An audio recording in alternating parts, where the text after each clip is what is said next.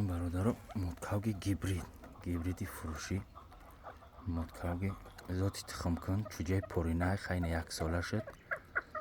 امسال یک 40 دانه تخم کرده یک وعده تخم کنی نمیتی موزی برای که یک 4 روزی تخم کنی را بس کرده نکرده تخم فروشی های نرخش 300 سامانی کسی در کارای متکاوی خوب های برای سیر فریاده حوالی دم سر میتی هیچ نمی رو میسته خونه ده یکی هم مینوس داره وقتی سرش میتین چوجه را سر میکنه میزنه چوجه را که میزنه بسیار با هم خاطر میفروشمش متکاوی که خوبه گیبریت های ذاتی ایرانی های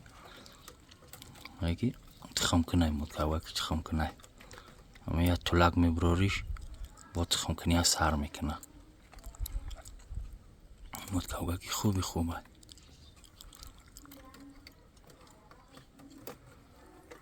برادرها کسی در کارای